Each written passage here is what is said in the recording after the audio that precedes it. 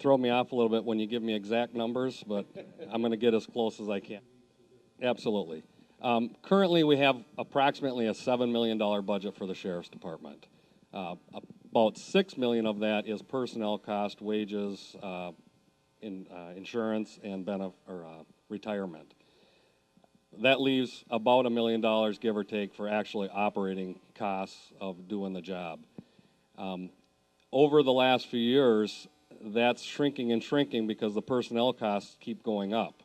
So as that operating budget continues to shrink, the obvious place, if you're going to come up with a significant cut or savings, is going to be looking at personnel.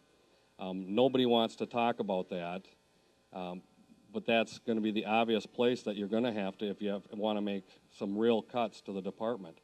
I'm not going to say that's the first place I want to go, but realistically, if we're going to be in this job, we have to look there. You know, and there's some other things we can look at to get there, and that's scheduling changes, you know, just trying to work with the judge's office, the DA's office on cutting some of this overtime when a defendant doesn't show up or it's been canceled 2 weeks ago and nobody told the officer. It's those kinds of things that have to end, and we have to be more aware of them and push to stop it. You know, and whether that be us getting the judges, I mean, they've done it on several occasions, charge those defendants that don't come up. If they just don't show up and didn't call anybody, they'll actually charge them the officer's wages. You know, and maybe we need to look at, see if the DA's office is going to start picking that up if they dropped the ball and didn't notify us. We'll have to look at all in the jail and where we can cut there. The jail's doing a lot of in-house training. We need to look at that for patrol. There's a lot of little areas we can start cutting a little bit, I think. I can't come off the top of my head and tell you a great big number like that without making a major cut in either personnel or obviously, I guess the cars are the biggest other expenditure.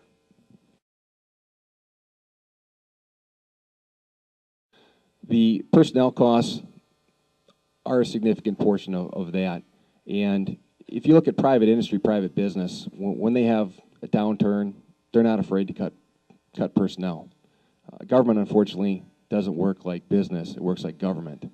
And that seems to be the significant difference here is business is business and government is government.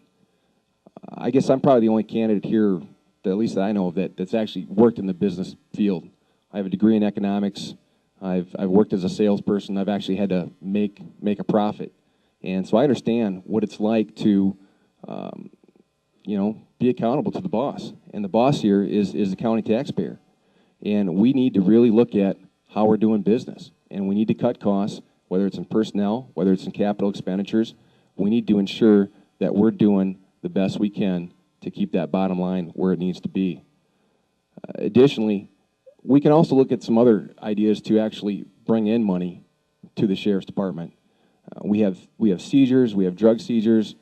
We can offset some of those costs or expenditures by utilizing some of these monies that we bring in. I think we need to be more active and more proactive, I should say, in our approach to seeking out those drug seizure issues and actually having that add to the bottom line.